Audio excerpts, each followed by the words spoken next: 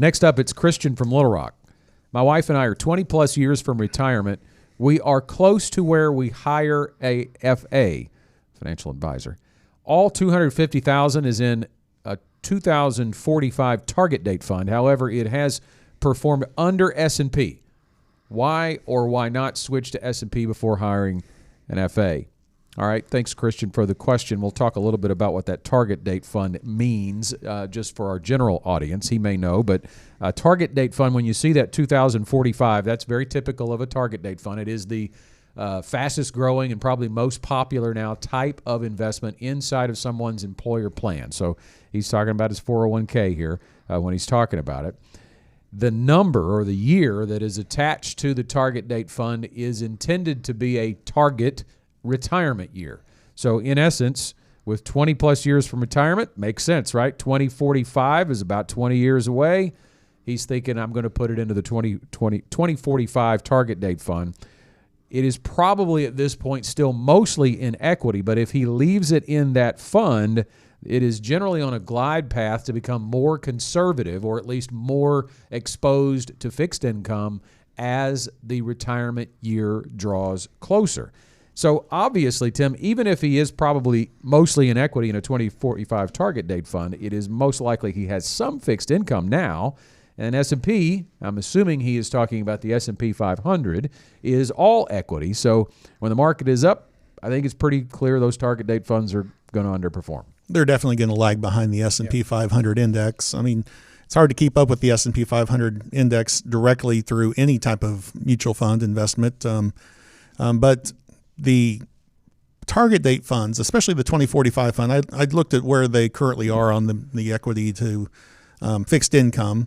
And the current 2045 fund has 85% equities or stocks and 15% in bonds. And as a 45-year-old, I was there, I guess, 9 years ago. I still think 15% in the bonds is probably too high at that point. So they're still in equities.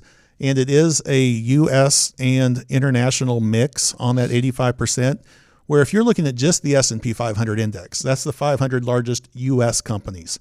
And so when you're trying to invest in the S&P, you're investing in large companies. They could either be growth or value, but you're missing out on a lot of other opportunities in the mid cap, the small cap, the international funds. So you are giving up a lot of different sectors and different areas that you should be invested in. Mm-hmm. And so when you're only invested in large companies, you're following what the large companies are doing. And I also thought it was interesting because last year we had what was called the Magnificent Seven. It was the 7 largest companies in the S&P 500. And because the S&P 500, not all 500 companies have the equal weight of, how they perform moves the market. But the larger the company, the more it will actually move that index. And so last year, what they called the Magnificent Seven was Apple, Alphabet, which is Google, Microsoft, Amazon, Meta Platforms, which is Facebook, Tesla, and NVIDIA. Those 7 companies returned on average about 111% in 2023. Crazy. So if you just invested in them, you had a wonderful year in 2023. But in the S&P 500, it was still up 24% because of those 7 primarily driving the majority of that return. Yep. I went back because it's like if you could just invest in the S&P 500, what was it like 10 years ago? And only 3 of those 7 companies were still in it 10 years ago. Right. Apple, Microsoft, and Alphabet. But we also had ExxonMobil, Berkshire Hathaway, Johnson & Johnson, and Walmart. So in 10 years from now, what 7 are going to be leading that index? Because it rotates. We got companies that are just getting started that may end up being there one day. And so investing in an index or investing in a portfolio, definitely a mutual fund or ETF portfolio of multiple stocks, is the way to go, and not just in a target date fund. Those target date funds became popular probably 20 years ago when it made it simpler for 401k participants to kind of identify at least something that might get them to their retirement, because otherwise you might have to look at a high yield bond fund and think high yield, that's where I want to be, and invest in that if you're a novice investor just getting started in your 401k. So the target date funds have made it simpler, but we don't want to be all in target date funds because definitely they're going to be too conservative when you get to retirement. Yeah, certainly part of your overall investment strategy might include some of the members of the S&P 500, but not all of it. I would say to the second part of Christian's question on why or why not to switch to S&P before hiring a financial advisor, hire the financial advisor first, because here's the thing. You may not have a lot of choice in that 401k, but you have a lot of choice in your plan.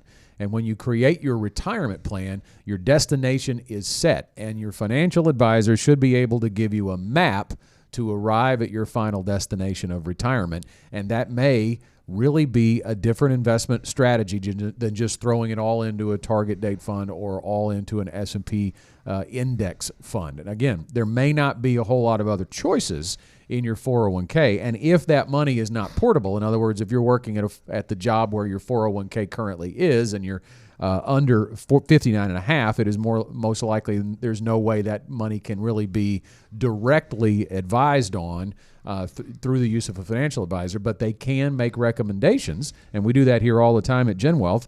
We may manage a portion of someone's overall investments, but some of it still exists in their current employer plan, and we can make recommendations on that. Of course, ultimately the employee or the client is the one that has to pull the trigger on making those trades, but we can help look at the options you have inside of your 401k and help you devise a diversified investment strategy that will help you meet your long-term financial goals. Yeah, and that really goes back to the plan, because we can fit that 401k or 403b that you have through your employer into the plan and know exactly kind of what type of return are we going to need on that, so how does it need to be invested. Yeah, and I'll say one final word on the S&P. Don't get obsessed with chasing that index. That's the thing. We are guilty of it here, Tim, when we talk, the S&P 500 is not the stock market, right? There are 6,000 plus U.S. stocks. There's 500 of them in the S&P 500. There's a lot of choice there that doesn't involve that index, but so much of the time is spent, because it is a benchmark, of calling the S&P 500 the market. It's not, but I know that people do obsess over trying to weigh their performance in comparison to the S&P 500. And the reality is that's not necessarily your investment strategy, especially as you get closer to retirement. The risk level of being all in 100% equities, which you would be if you were tracking against the S&P 500, is not the goal. So it's not the goal to outperform the S&P 500. This is our question of the week. Congratulations to Christian. Thanks for reaching out. We will send you, for being the question of the week, a free Get Ready for the Future Show tumbler. All you have to do is email us to show@getreadyforthefuture.com to claim it.